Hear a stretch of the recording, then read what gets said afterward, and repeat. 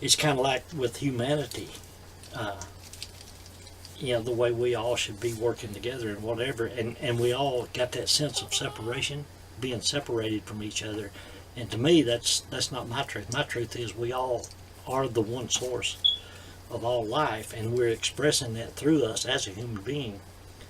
And it's kind of like an analogy would be like a tree that's growing somewhere, and the limb on this particular tree, of course, is part of the tree, just like we're all part of each other. But it doesn't realize that. This limb gets to thinking that he's something special. So a storm comes along and knocks this limb off to the ground. Well, he thinks he's separate. He's lost sight of the fact that he is the tree. He's still a part of the tree, even though. So he lays there on the ground and he comes up with all these ideas. Well, it's me. The tree's different from me, and he loses sight of the fact that they're still one. And then eventually, after spending all these needless, unnecessary periods of time thinking he's this one entity by himself without being part of the tree, eventually he starts to wilt and dry up because he's no longer a part of the tree. So what happens to him? He spends the rest of his time laying on the ground till finally he just rots away to nothing, not realizing he was part of the tree. And at the same time, when he disintegrates, he's still a part of the tree. He just don't know it. Well, will he ever come back as part of that tree again? I don't know, but it's still it don't change anything. It's just like us as human beings.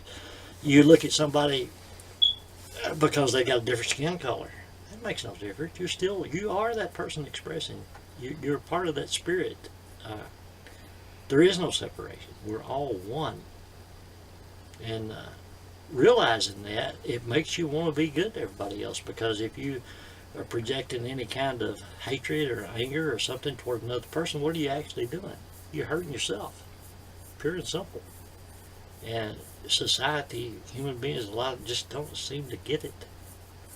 It's like, oh, I can do whatever I want to do, and I'm going to do what I want to do, and damn everybody else. I don't care how it affects them. Well, you know what? You can live your truth that way if you want to. I'm not going to judge you for it and tell you you're wrong, but I don't think you'll ever find complete happiness, because we are born as a human being to be loved. That's all we really are. And until a person realizes that and tries to fashion their life in that regard, they're never going to be completely happy. Because you're going against who you really are. We battle the battles that we have. We project that onto something out of our control. I got to fight this or this feeling, or I got to do this because I'm me, and the world is forcing all this stuff on me and whatever. Well, to me, that's not right.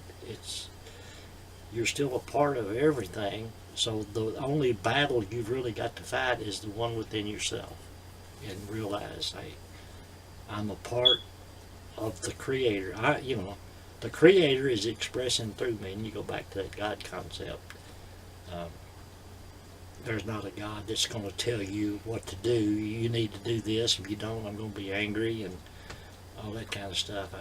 It's more like this is Spirit expressing through you for the experience itself. And quit labeling everything as right or wrong. You don't know what each person is supposed to learn, what they need to learn, what they need to experience. So just let them go, and remember, you don't like what they do maybe, but you don't hate them for it. You don't judge them. You don't condemn them. You just let them live their truth. And hopefully the time will come in their life when they get that spark that says, maybe I ought to change things. Maybe I ought to start respecting other people and loving other people instead of taking and all this kind of stuff. Again, the fear of not ever having enough. That's why you got people that will steal your money, break in your home. They take what you've got because they want it, and they think, well, I don't care about this person. I'll go ahead and take it if I can get it. To hell with them. And that's just going to create more problems for you to learn down the road. And you talk about the law of karma. I believe in the law of karma to a certain degree. Maybe not like most people think karma is.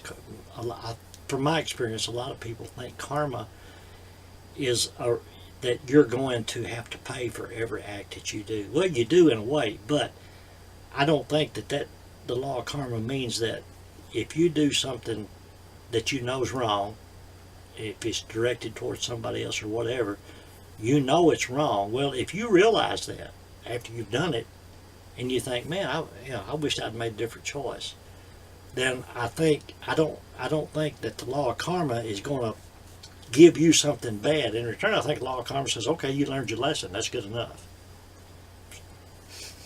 I hope so, because I know I've reaped a lot of bad karma in my life, and I hope now that when I do know, and you know what? I do know when I've made a bad decision, usually. Sometimes it might take me a while to realize that, but looking at myself every day, trying to be honest with myself, I realize that we're human beings. We're all going to make bad choices, bad mistakes. And I always try to put everybody else, if I've got a choice that's going to affect other people, instead of me just letting my ego say, well, this is what you want, so let's do it. And then you're going to have to deal with the karma. But I try to look at and make my choices based on what's best for everybody. That don't mean that you spend your life without hurting other people, because you will. I don't care who you are. I've done things that's hurt people and knew I was doing it at the time, but there are times when you have to make a choice like that. And instead of feeling guilty about, well, let's as an example, say you're married in a relationship with someone and y'all love each other. And after a while, for whatever reason, you both, you decide, you say, well, this is not working no more. This person is not helping me to grow, and I just need to get out of this relationship. And even though you might still love the person, you have to make that choice there, even though you know it's going to hurt the other person, right? So that way, that'll keep you shouldn't feel guilty about that, because there are times, and that's why, again, when people do things to me, instead of taking it personal, I look at them and think what it is they think they need, and I may not understand exactly why they think they need that, but I do know that their ego is telling them this is what I need to do. So if they do something that hurts my feelings, it's like, you know what, I'm not going to take it personal. You're just doing what you think to do. So go ahead and do it, and if I got to get away from you, I will. But everybody's going to make choices that will hurt other people. That's just the way it's made. There ain't no way around that. You are such a needy puppy. Nah, I said I'm just a little old, beautiful little soul, nothing but pure love. That's all I am. Personal. That's how I deal with the petty tyrants. Is you can't take it personally, because if you think about it, what is this person doing? Even though their actions are directed towards you, it's not. Don't take it personally. It's them living their truth, right? So just let them go. Don't take it as a personal attack. That's why everybody gets their panties in a wad about, oh, no, we should do this or we should do that, or you should think like I do, blah, blah, blah. Don't do that. Let them have their own truth. Let them do what they want to, and just stay out of their way. That's why I like that book, The Four Agreements. Yeah, that's a great book. Yeah, it is. I had read that a long time ago, and then just here within the past year, I saw something about the Four Agreements on Facebook somewhere. Probably me. It might have been. It might have been. I don't know. But anyway, yeah. And I went back and I tell you who it was. It was a friend of mine. And this girl, she is such a sweetheart. She reminds me of you, and she's got so much. Because when I first met her, I walked into the store down there at Feeling Groovy. It's a head shop. Mm-hmm. And as soon as I saw her, I walked in there, and it was just like, well, just kind of like when I met you. It's like, whoa, there's something about this girl that's. And the first thing I noticed, other than her smile, was her shoes. She had a pair of bright neon green shoes. So we became friends. Got friends on Facebook, and she's putting out a lot of good stuff. But I still see at that age her focus where it goes from the mundane things of life.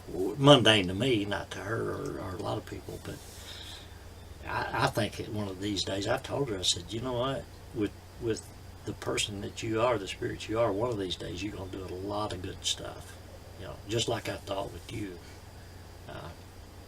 And I'm seeing that happen with you now, which is really, really makes me feel really good for you. It's nice. It is, because this way you are sharing your own experiences, and you've got all these years of things that's led up to this. And I know your life hadn't been easy. Mine hadn't either. Nobody's is easy. But it all manifests in a way that when you get to the point where you can start sharing your experiences and putting the positivity out there, it enlightens your soul, and it makes you feel sometimes like you're just walking on air, because you're doing what you're supposed to do. I had an idea to do a video that YouTube was cheaper than therapy. Well, there you go. What is therapy?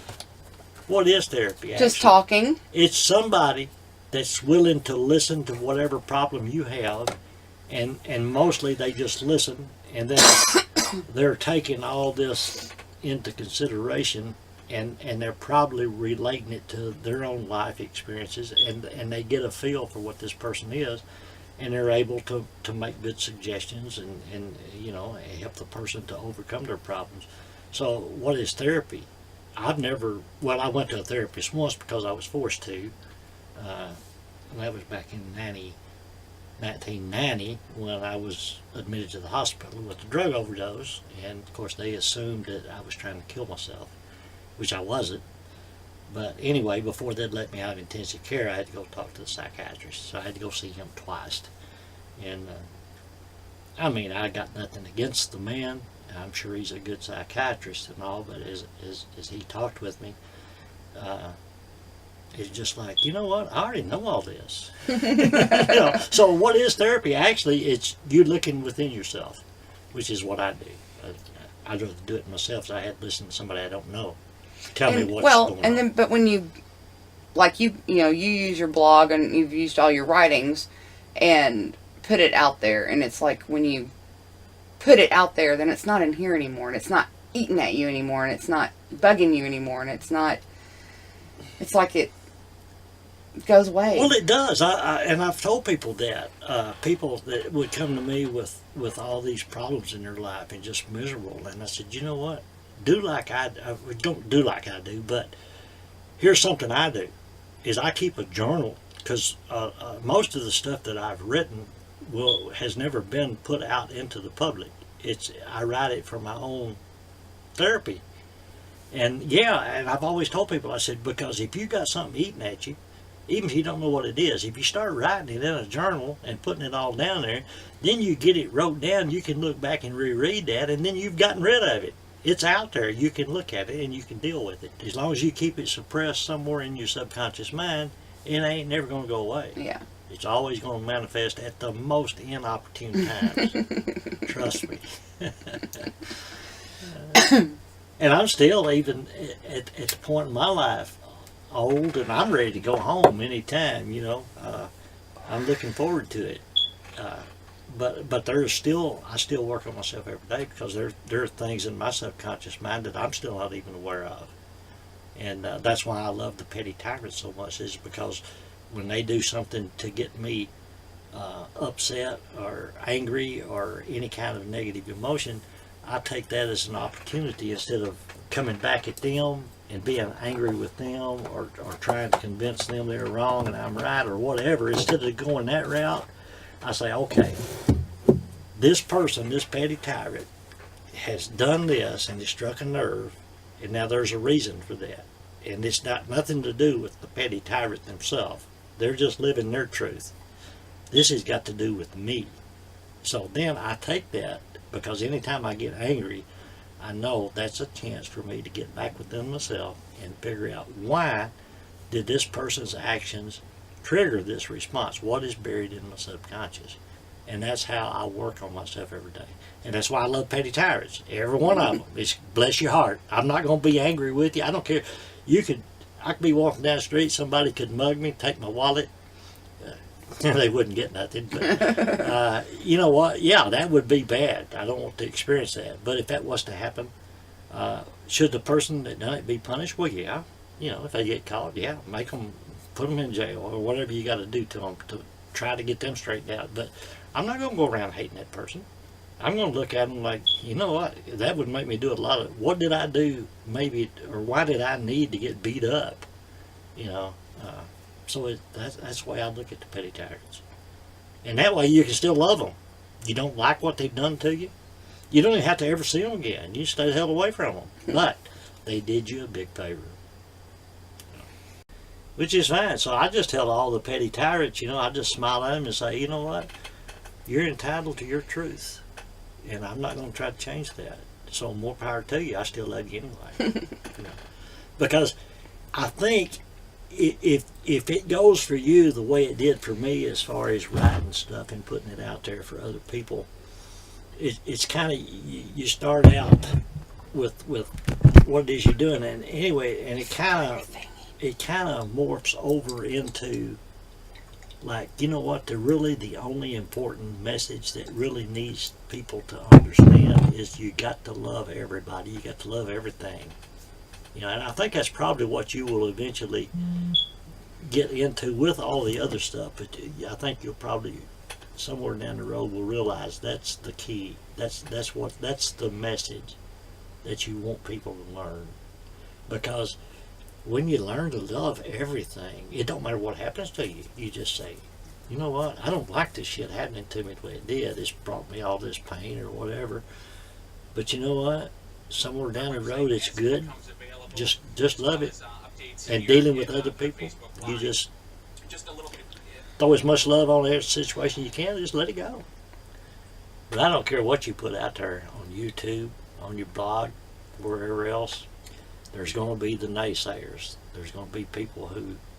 That's just like when I go to YouTube and start listening to the videos, songs. And there'll be a most beautiful song. You could probably go, and I hadn't checked this one out, but you could probably go, the most beautiful song I can think of is Imagine by John Lennon. And you could probably go to that YouTube site right now and play that, and then it shows you, you know, how many views it's had, how many likes and dislikes. And even that song, as beautiful as it is, will have a few people. Like a lot of the songs I listen to, it'd be like 1,000 people like, and over here on dislike there'd be 45. And I'm thinking, what the hell's the matter with you 45 people? So everything you do, there's going to be the people that's going to have a negative attitude toward it. That's the Petty Tyrants that you just thank you. Thank you for being a petty tyrant.